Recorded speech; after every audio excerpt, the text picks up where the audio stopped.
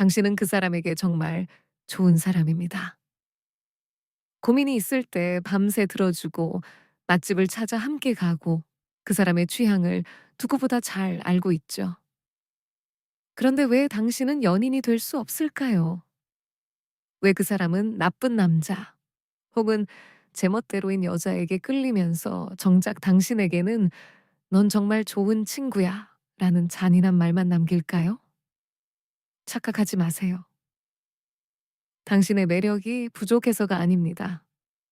당신이 못생겨서도 능력이 없어서도 아닙니다. 진짜 원인은 단 하나, 당신이 그 사람의 뇌 속에 안전한 친구라는 이름표를 달고 들어가 있기 때문입니다. 오늘은 심리학에서 말하는 프레이밍 효과, 즉 틀짓기 효과를 이용해 상대방이 당신을 바라보는 관점 자체를 송두리째 바꾸는 방법을 이야기하려 합니다. 10분 뒤, 이 영상이 끝날 때쯤 당신은 더 이상 착한 친구로 남지 않게 될 겁니다. 상대방의 무의식을 해킹하여 친구라는 프레임을 깨부수고 이성으로 느껴지게 만드는 뇌구조 개조법. 지금 바로 시작합니다. 먼저 우리가 싸워야 할 적, 프레이밍 효과가 무엇인지부터 확실히 짚고 넘어가야 합니다. 심리학자 데니얼 카너먼은 똑같은 상황이라도 어떤 틀, 즉 어떤 프레임으로 보느냐에 따라 사람의 판단이 완전히 달라진다고 말했습니다. 예를 들어 볼까요? 여기 수술이 하나 있습니다. 의사가 환자에게 이렇게 말합니다. 이 수술의 생존율은 90%입니다. 환자는 안심하고 수술을 받겠죠. 그런데 의사가 말을 바꿉니다. 이 수술의 사망률은 10%입니다. 내용은 똑같지만 환자는 공포를 느끼고 수술을 거부할 확률이 높아집니다. 이것이 바로 프레임의 힘입니다.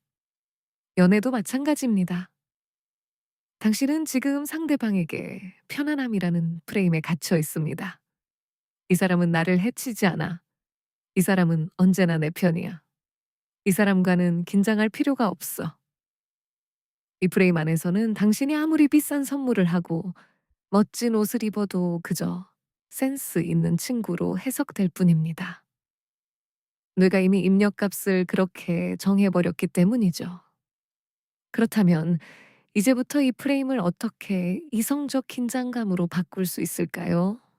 뇌 구조를 바꾸는 3단계 전략을 제시합니다.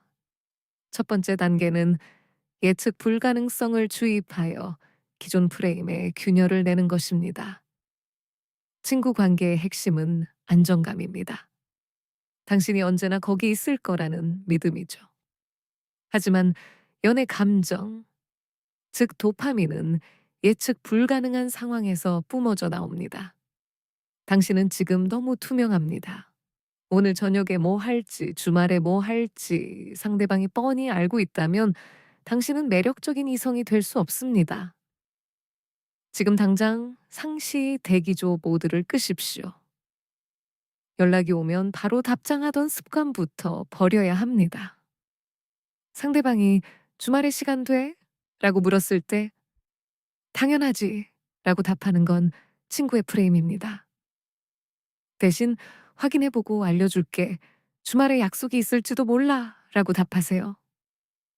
아주 작은 거절 혹은 유보적인 태도는 상대방의 뇌에 작은 오류 신호를 보냅니다. 어? 늘 나만 기다리던 사람이 아닌가? 이 작은 의심이 바로 호기심의 씨앗이 됩니다. 당신의 삶이 그 사람 중심으로 돌아가지 않는다는 것을 보여주세요. 이것이 프레임 전환의 첫걸음입니다. 두 번째 단계는 언어의 프레임을 재설정하는 것입니다. 우리는 무의식적으로 상대방을 친구로 규정하는 단어들을 씁니다. 우리 우정 변치 말자. 역시 너밖에 없어. 같은 말들. 혹은 너무 편안한 말투나 욕설 등은 스스로를 성적 매력이 없는 존재로 가두는 행위입니다. 이제부터 대화의 주제와 뉘앙스를 미묘하게 비틀어야 합니다. 친구의 대화가 아닌 남자와 여자의 대화를 시도하세요. 가장 강력한 방법은 이중 구속, 질문법을 사용하는 것입니다. 예를 들어 밥을 먹자고 할 때 배고픈데 밥 먹을래? 는 친구의 제안입니다. 하지만 분위기 좋은 파스타 집을 알게 됐는데 저녁에 같이 갈래? 는 데이트의 제안으로 들립니다.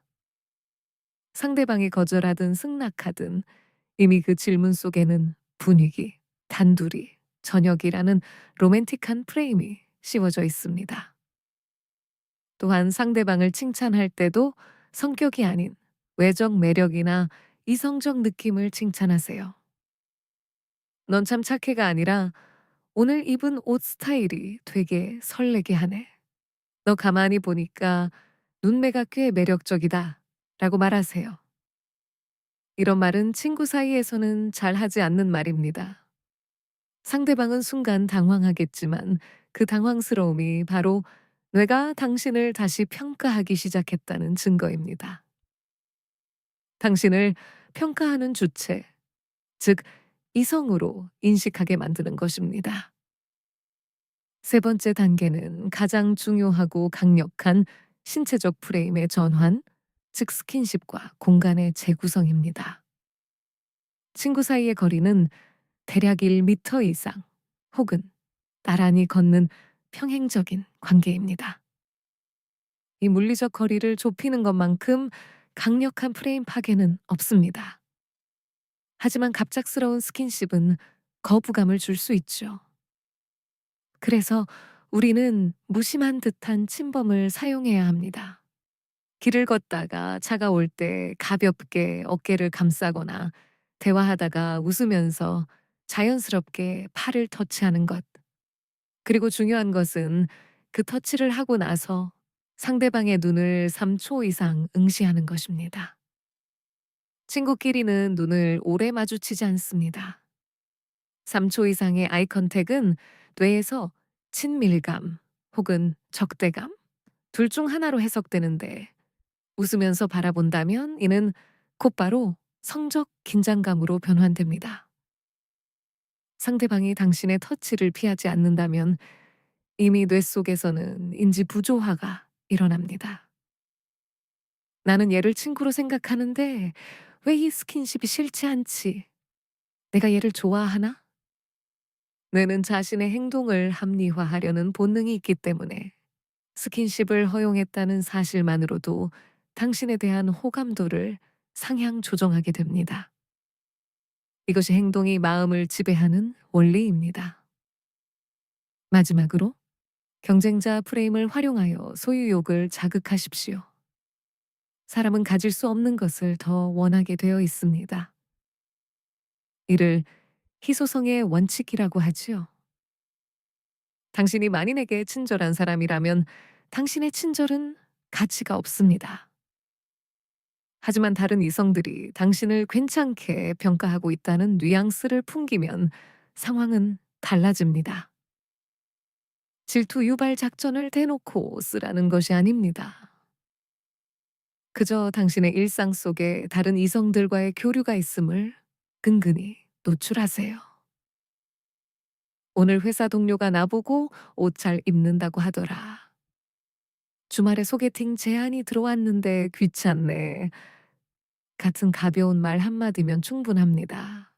상대방은 무의식적으로 당신을 남들이 탐내는 대상으로 재평가하게 됩니다. 어? 뺏길 수도 있겠는데? 라는 위기감은 친구라는 안락한 프레임을 깨고 당신을 쟁취해야 할 연인 후보로 격상시킵니다. 정리하겠습니다. 친구에서 연인이 되는 것은 감정의 변화가 아니라 인식의 틀을 바꾸는 싸움입니다. 편안하고 안전한 친구라는 프레임을 깨기 위해서는 기존의 패턴을 파괴해야 합니다. 언제나 대기하고 있던 당신의 시간을 회수하십시오. 성격이 아닌 이성적 매력을 언급하는 언어를 사용하십시오. 물리적 거리를 좁히고 눈을 맞추며 뇌에 긴장감을 주입하십시오. 그리고 당신이 꽤 괜찮은 남들이 탐내는 사람임을 잊지 않게 하십시오. 지금 당장 당신의 행동을 바꾸지 않으면 내일도 1년 뒤에도 당신은 그저 좋은 친구로 남을 뿐입니다. 상대방의 뇌 구조를 바꿀 수 있는 열쇠는 이미 당신 손에 쥐어 있습니다. 이제 그 열쇠를 돌려 굳게 닫힌 연인이라는 문을 열고 들어갈 차례입니다. 용기를 내세요. 당신은 친구로만 남기에 너무나 매력적인 사람입니다.